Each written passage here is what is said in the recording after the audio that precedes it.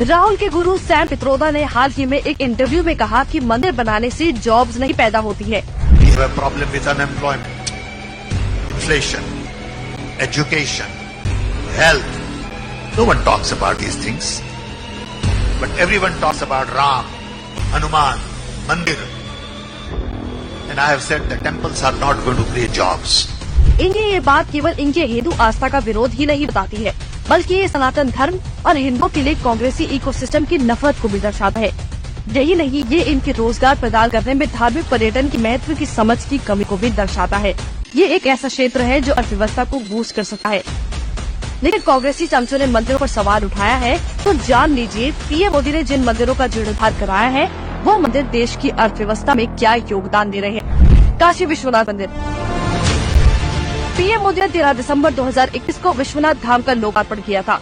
तब से 13 दिसंबर 2022 तक केवल एक साल में सारे रिकॉर्ड ध्वस्त कर दिए गए हैं। लोकार्पण से पहले 40 से 50 हजार श्रद्धालु प्रतिदिन दर्शन के लिए आते थे, जबकि लोकार्पण के बाद इनकी संख्या 2 लाख प्रतिदिन हो गई है। वाराणसी के डीएवी पीजी कॉलेज की ओर से कराए गए आर्थिक सर्वेक्षण की रिपोर्ट में ये बात सामने आई है कि साल 2021 से 22 के दौरान 34.18% रोजगार बढ़ा। यही रही, होटलों की आय में 65%, दुकानदारों की आय में 47%, गरीब ई रिक्शा चालकों की आय में 30% की वृद्धि हुई है। महाकालेश्वर मंदिर।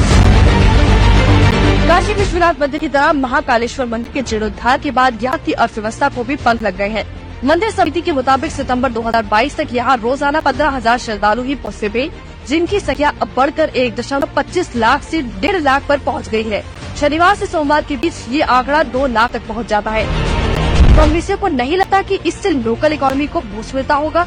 यही नहीं, जाहिर है विश्वनाथ मंदिर की तरह यहाँ भी श्रद्धालुओं की संख्या बढ़ने से यहाँ की भी दुकानदारों, होटल्स, ई रिक्शा आदि की आय में वृद्धि हुई होगी। बाबा केदारनाथ धाम। महादेव की नगरी उत्तराखंड केदारनाथ धाम के जीर्णोद्धार के बाद श्रद्धालुओं की पसंदीदा जगहों में से एक बन गई है। साल दर साल इनकी संख्या में भारी वृद्धि हो रही है।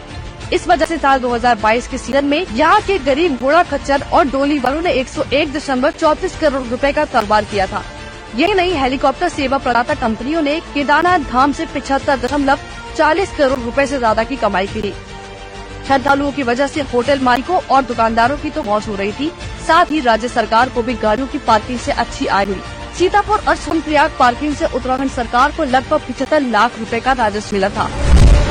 क्यों बढ़ रहे हैं इन मंदिरों में श्रद्धालु? इन मंदिरों में आने वाले श्रद्धालुओं की संख्या अचानक से बढ़ जाना कोई जादू नहीं है। मोदी सरकार ने जीर्णोद्धार का काम सिर्फ पेपर पर नहीं किया, उसे जमीन स्तर पर उतारा है। सरकार ने इन मंदिरों के दर्शन करने वाले श्रद्धालुओं के लिए यात्रा को सुगम बना दिया। विभिन्न शहरों से यहाँ जाने वाली हाई स्पीड ट्रेनों के रूट को जोड़ दिया है। High speed Vande Bharat train से काशी विश्वनाथ और वैष्णो देवी के दर्शन के लिए जा सकती है। यही नहीं, मोदी सरकार जम्मू में नए एयरपोर्ट बनाने की योजना पर काम कर रही है, जिसमें कटरा को प्राथमिकता दी जाएगी। कटरा में हवाई अड्डा बनने की वजह से यात्रा और आसान हो जाएगी। यही नहीं, सड़क मार्ग से आने वाले श्रद्धालुओं के लिए नए एक्सप्रेसवे बनाए हैं, जिसकी वजह से दिनों का सफर घंटों में तय होता है। तब जाकर लगातार 18 घंटे की मेहनत के बाद आज श्रद्धालुओं की संख्या में ये अप्रत्याशित परिवर्तन आ पाया है। धार्मिक पर्यटन नौकरियां पैदा कर रही है, लेकिन ये बात चादरें चढ़ाने वाले और ताजमहल के चक्कर काटने वाले को नहीं समझ आ सकती।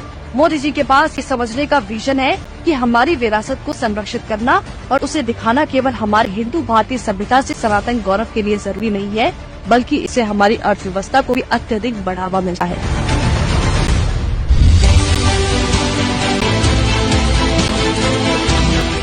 दोस्तों प्लीज कमेंट करके बताएं कि आपको वीडियो कैसा लगा।